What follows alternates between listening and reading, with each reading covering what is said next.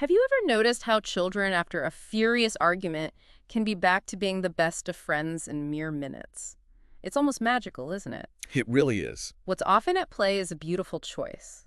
They pick happiness over righteousness. Hmm. But for us grown-ups, well, Yeah. it's rarely that simple. Mm. We often cling to anger and hurt, convinced the other person must admit they're wrong before we can even think about moving forward.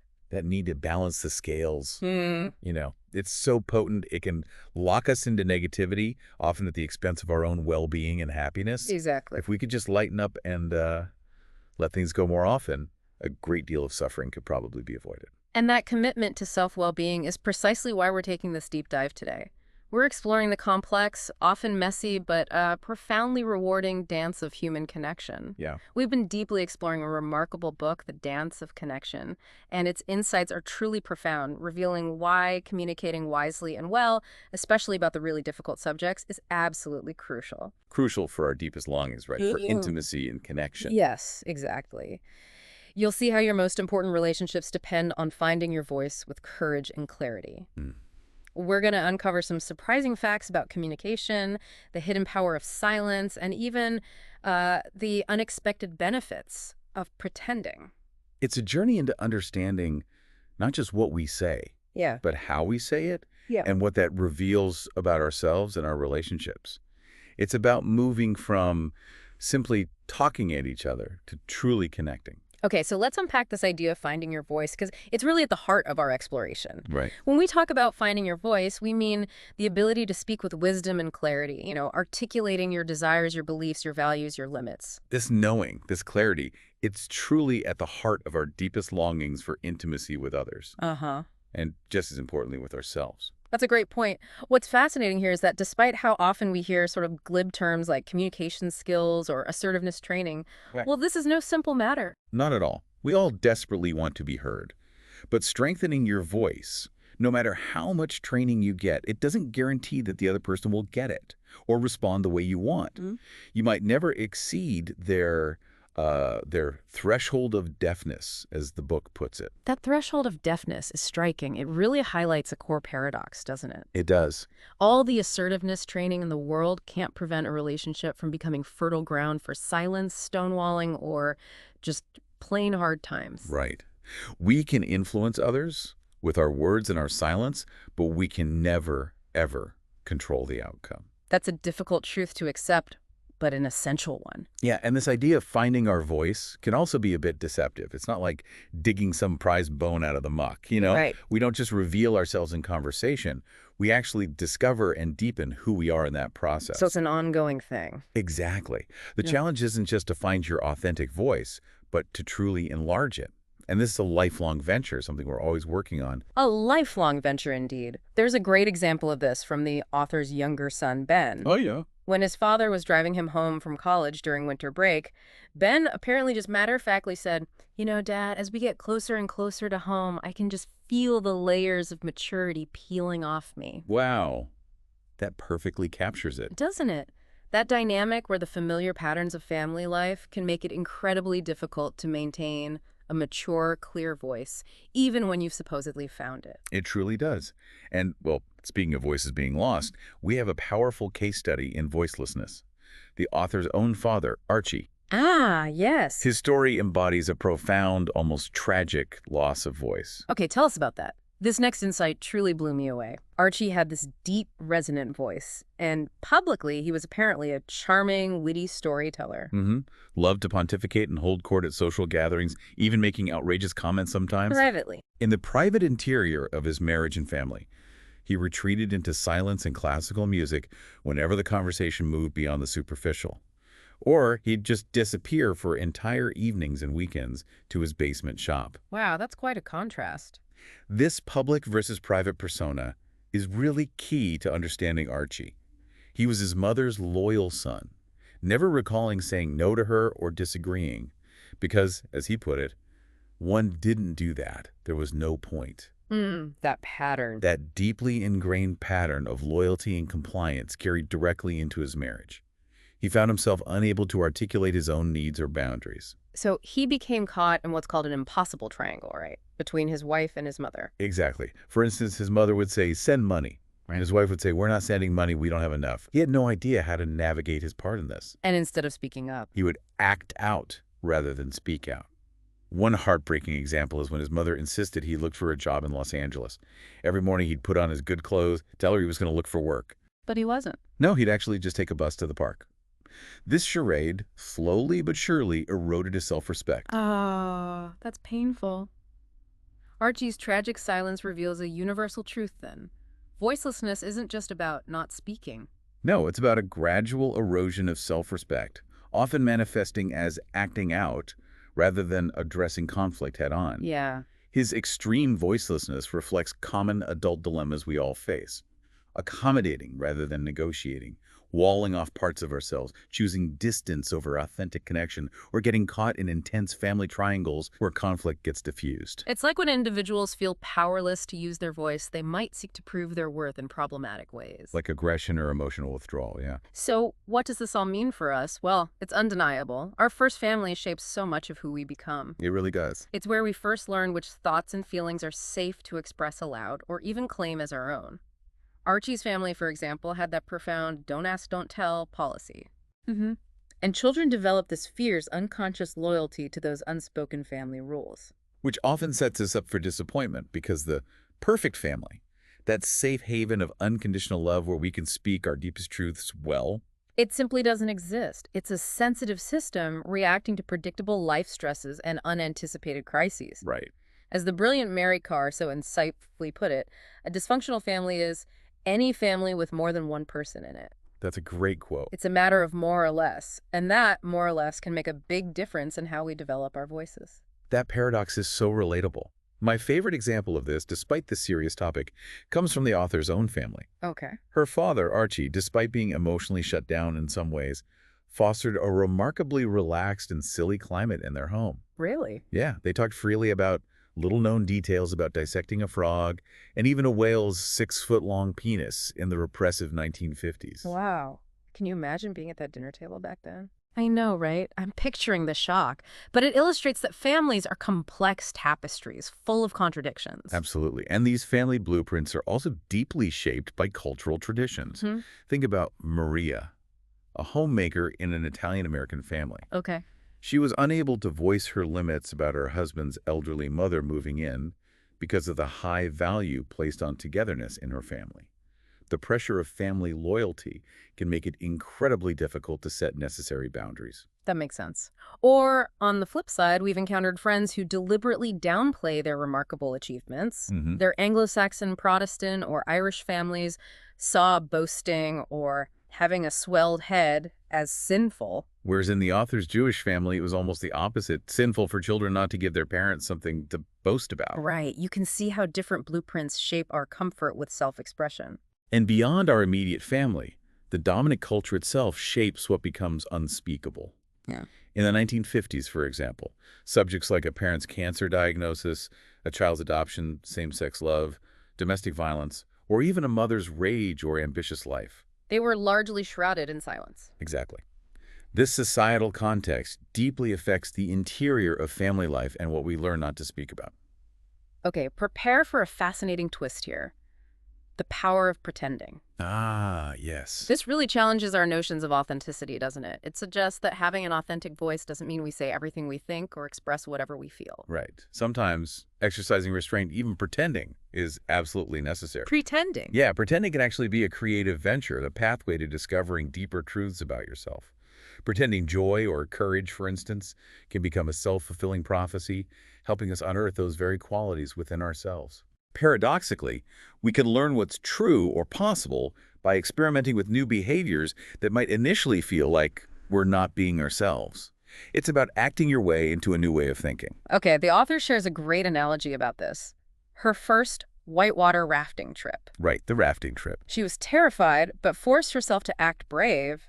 And when she began to feign courage and calm, it actually helped her muster those very qualities in herself. And the people she was with started treating her differently, right? Exactly, as a real member of the team, not the weak link. It highlights that while work and intimate relationships have different primary tasks, anxious systems, whether at work or in a family, are similar in focusing on vulnerable members. Yeah. Why, as a friend of the author asks, would you volunteer for the job of scapegoat? Good question. And this applies to shifting relationship patterns too, like the common pursuer-distancer dynamic. Oh, definitely. For the pursuer, sometimes a bold act of pretending is exactly what's needed. Like what? For example, the pursuer might take a period of separateness, focusing on their own life, being less available, and even sharing their own doubts about commitment with friends rather than their partner. Ah, okay. This shift, even if initially pretended, can fundamentally change the dynamic. Tim's story with Jill is a perfect example of this, isn't it? Yes, exactly. His frantic pursuit was just driving Jill further away. So what did he do? He learned to voice his pain, not to Jill, but to others, a man at work, family members, to get support. Then, he composed a strategic note to Jill. Strategic how? It was brief and self-focused. Dear Jill, I apologize for being on your back and not respecting your need for space. I've started therapy and I'm getting the help I need. Okay. This crisis has forced me to take a good hard look at myself. I need to focus on my own issues at this time. I'm going to be okay, and that I'm taking good care of myself. Wow. And that felt like pretending at first. Initially, Tim felt like he was pretending because he still felt compelled to call her. But this act of seeming pretense actually led him to a higher truth. He genuinely did need to work on himself. Jill genuinely did need space. And he was indeed going to be okay. It wasn't just about the strategically correct words. It was about a profound shift in his internal landscape that then allowed the words to be authentic. So what does this all mean for setting your bottom line? This is a really important concept. It is, and when we talk about a bottom line position, it's crucial to understand it's not an ultimatum or a threat made in anger. Right, not just lashing out. No. It evolves from a deep, self-focused awareness of what you need and feel entitled to, and crucially, the limits of your tolerance. It's about preserving the dignity and integrity of the self. Absolutely. The author shares her own marriage as an example of this. Yeah, her bottom line with Steve was clear. If she became rude, disrespectful, or ignored his pain, the marriage would be over. And vice versa. And Steve had his own clear bottom line about not being talked to in a critical tone.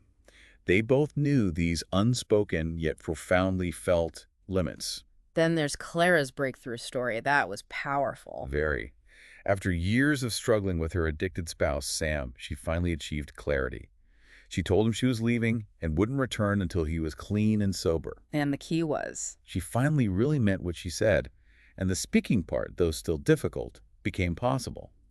This clarity didn't just come from thinking about it. It came from wrestling with difficult feelings and a deep inner conviction. It came from the gut, almost. Yes, and Lorraine's story further illustrates this.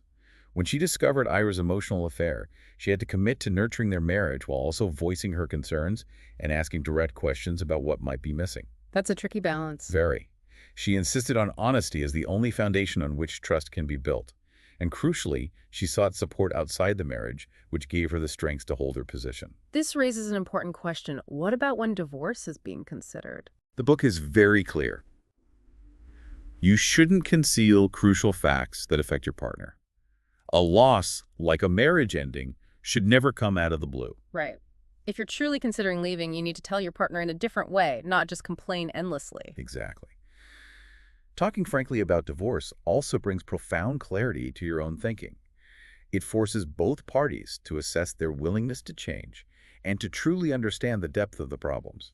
That directness, though painful, can prevent years of unspoken resentment and misunderstanding. Definitely. Speaking of clarity, let's talk about warming up the conversation. It seems obvious that having an authentic voice means speaking to dissatisfaction. Right. What's less obvious, but just as important and often difficult, is speaking to the positive. Oh, absolutely. In long-term relationships, we tend to develop selective attention to negatives. And criticism isn't valued without a surrounding climate of love and respect. So this means if you don't feel like being emotionally generous, you can, well, pretend. Yeah, treat your partner the way you'd like to feel about them. Be a model, not a critic. Even doing this for 1 week can yield valuable information and potentially shift the dynamic. Create a more positive feedback loop. Exactly. Augusta and Harry are a classic example of what happens when you don't do that, right? Oh, yeah. Augusta would complain but didn't renegotiate the marital contract, feeling she should be able to handle everything. Harry, in turn, was withdrawn and defensive. They were stuck? Totally. So reactive to each other that they couldn't calmly discuss creative solutions, like cutting expenses or changing work hours, to find more balance. Their pattern was locked. And to stop those escalating arguments, there's a simple but effective strategy. Uh, Ellen Wachtel's Estop rule. yes. Both partners agree that either can call a halt to an argument that's escalating, take a cooling off period at least 24 hours, and honestly consider the other's point of view. Creates crucial space. Crucial space for reflection instead of reaction. What stands out here is how much adults, just like children, need specific praise. I was reflecting on this myself, actually, and realized I wasn't praising my partner specifically anymore, so I started doing it, giving concrete examples of what I appreciated. And did it help? It did. And eventually I asked him to reciprocate. This experiment reinforced a core value, balancing critical responses with positive ones, understanding that the positive creates the positive. It genuinely shifts the energy in a relationship. It's about actively creating the emotional climate you want to live in, rather than just reacting to the one you have. It's proactive. Very proactive. A step towards building resilience and connection. Now let's navigate the tricky territory of triangles and diffused conflict. Okay. It's a common pattern that men in particular often suffer a profound loss of voice in triangles, just like Archie did between his wife and mother. Yeah, that's a key point.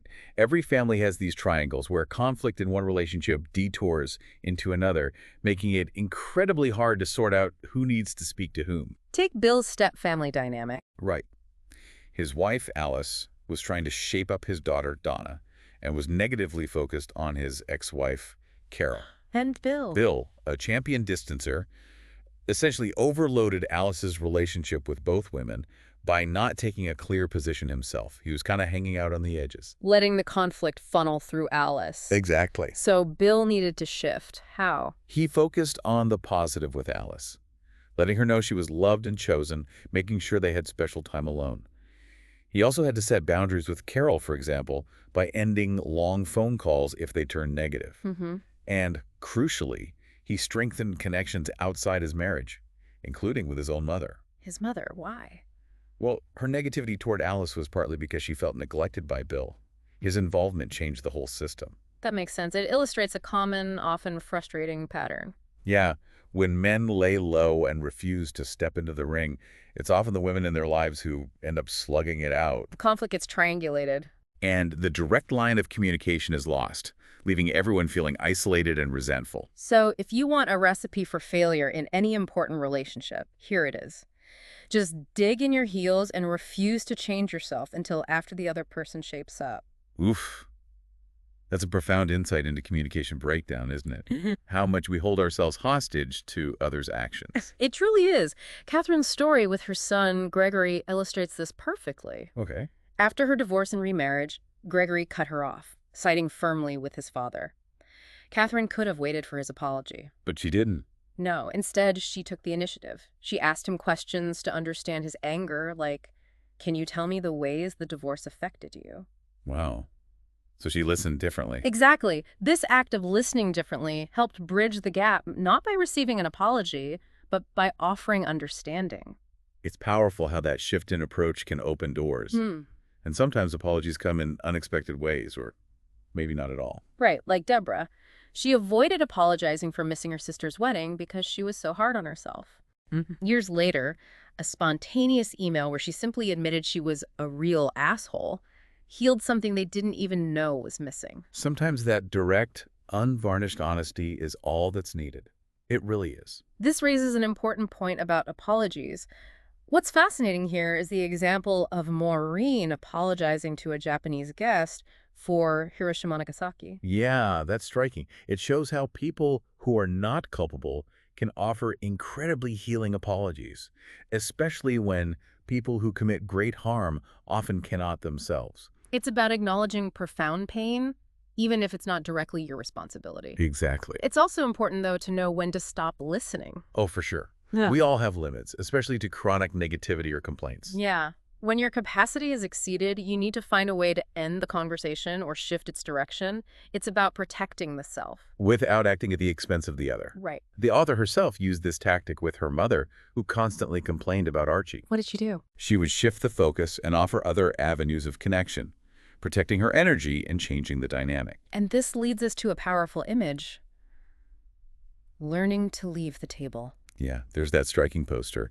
You've got to learn to leave the table when love's no longer being served. That applies beautifully to friendships or romantic relationships where a person seeks distance that must be accepted. But, and this is a crucial caveat, Yes. the advice is different if you've been cut off by an important family member.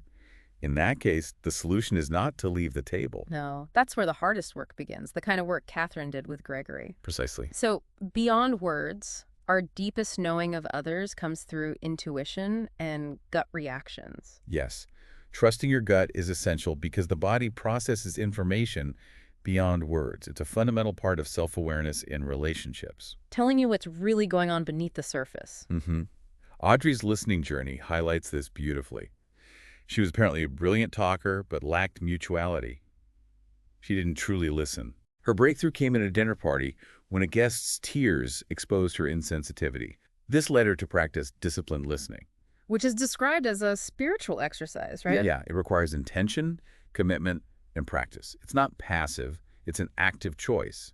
It's about listening without defensiveness, especially when being accused, which is one of the hardest things we can do. So hard. And this is all part of a larger paradox. The more enduring a connection, the more vulnerable we are to getting stuck in narrow, fixed conversations. In couple and family relationships, we need to make a special effort to engage in novel conversations that create a larger view of who we are and what our relationships can become.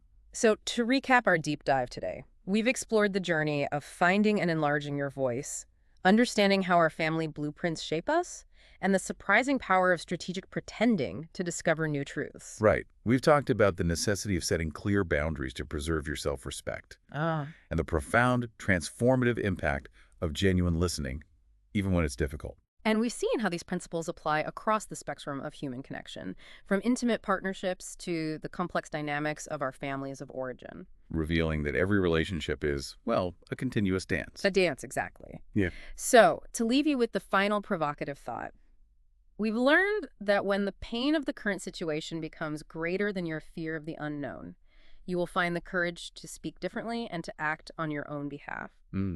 So consider this. What is your threshold of pain?